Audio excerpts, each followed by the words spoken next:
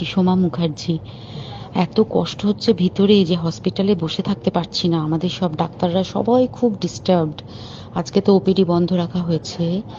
তোরা জানিস সমস্ত ঘটনা শুনলাম, যা যা মানে সত্যিকারের ঘটনা, যেটা আরজি করের ভিতরের যে ডাক্তার তারা তাদের বন্ধু বান্ধব মারফত এটা ছড়িয়ে মানে এসছে আমাদের কাছে। অ্যাকচুয়ালি যেটা ঘটেছে সেটা হচ্ছে, আমি শুনে তো মানে বিশ্বাস করতেও নিজেকে কেমন লাগছে রে। প্রত্যেকটা আমাদের ওয়েস্ট বেঙ্গলের প্রত্যেকটা মেডিকেল কলেজে, বিশেষ করে কলকাতার সরকারি মেডিকেল কলেজগুলোর প্রিন্সিপালরা, ডিপার্টমেন্টাল হেডরা, প্রিন্সিপালরা বিশেষ করে, তারা পাশ করানোর জন্য স্টুডেন্টদের কাছে রীতিমতো টাকা নেয়।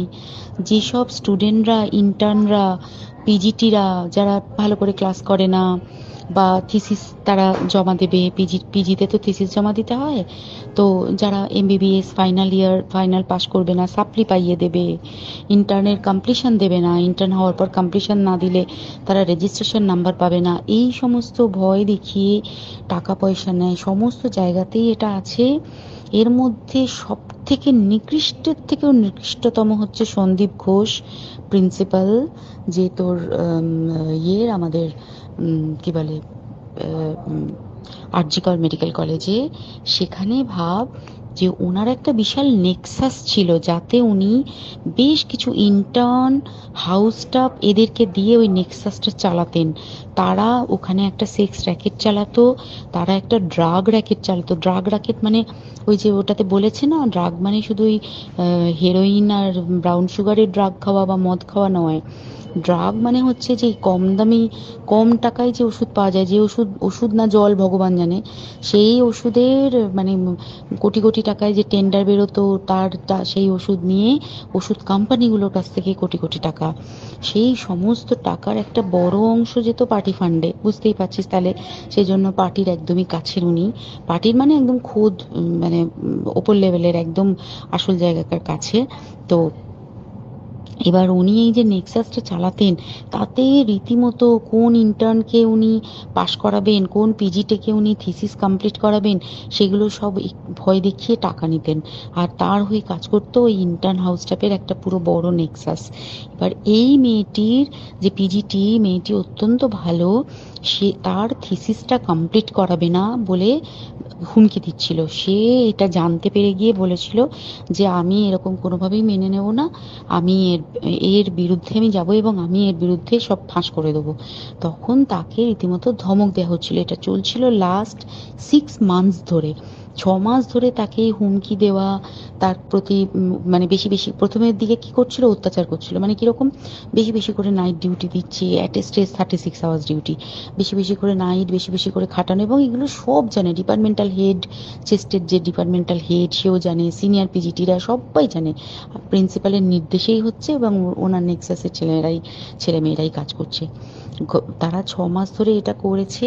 করার পরেও যখন ওকে আটকাতে পারেনি, তখন কি করেছে, ওই দিনকে ওরা ঠিক করেছে, যে দিনটাতে এই ঘটনাটা ঘটেছে সেদিন কতখানি প্ল্যান্ড এবং গট আপ গেম দেখ।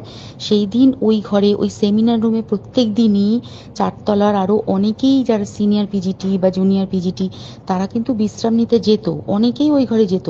সেই দিনকে ও একা, ওকে বলেছে তুমি ঘুমিয়ে পড়ো, ওকে একা রেখে এসেছে। বাকিরা কাউকে যেতে দেয়নি, বলেছে ওই ঘরে আজকে ঘটনা ঘটছে, মানে কাজ হচ্ছে, ওই ঘরে কেউ যাবে না। ওই ঘরে সেই দিনকে ওর সাথে যখন খাওয়া দাওয়া করেছে বাকি 4 জন, সেই 4 জনের মধ্যে একটি মেয়ে পর্যন্ত ছিল। সে কিরকম মেয়ে চিন্তা কর। এরা ডাক্তার না জানোয়ার জানি না, আমি জানোয়ার বললেও জানোয়ারদের অপমান করা হয়, কারণ জানোয়ার সমাজে এরকম কাজ হয় না। তো ডাক্তার না কি আমি বলতে পারবো না। সেই ইন্টার্ন মেয়েটি আরেকটি ইন্টার্নের গার্লফ্রেন্ড।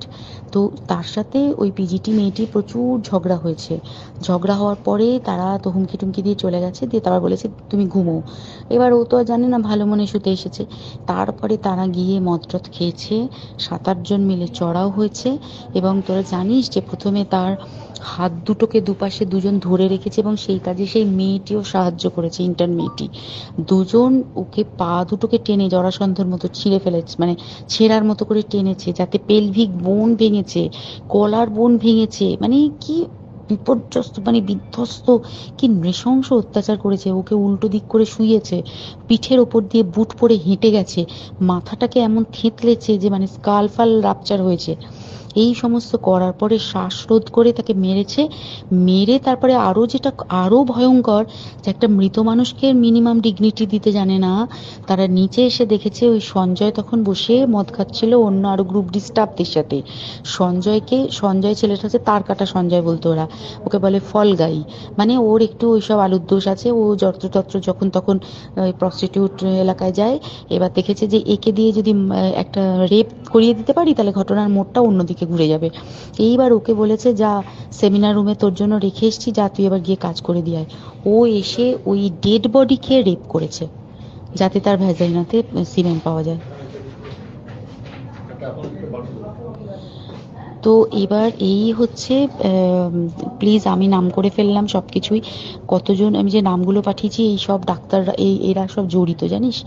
কিন্তু কেউ কোনো প্রমাণ নেই, প্রমাণ লোপাটের জন্য সেদিনকে ওই ইন্টার্ন এবং ডাক্তাররা যে ওইখানের যে বাথরুমটাতে হাত পা ধুয়েছে, রক্ত ধুয়েছে, সেইটাকে সাত তাড়াতাড়ি প্রমাণ লোপাটের জন্য ওই দেওয়ালকে ভেঙে দিয়ে তার মানে ওই বাথরুমের জায়গাটাকেই ভাঙতে হচ্ছে ওদের। ওখানে নাকি ওরা রুম বানাবে, কালকে দেখেছিস তোরা খবরে। আর বেশি বলতে পারছি না, মানে তোরা তো সবাই প্রোটেস্ট করিস, আমরা তো আমাদের দিক থেকে করছি, কিন্তু কিছুই হবে না। এই পোড়া দেশে কিছুই হবার নেই, শুধু ভেতরে ভেতরে গুমড়ে গুমড়ে কষ্ট পাওয়া।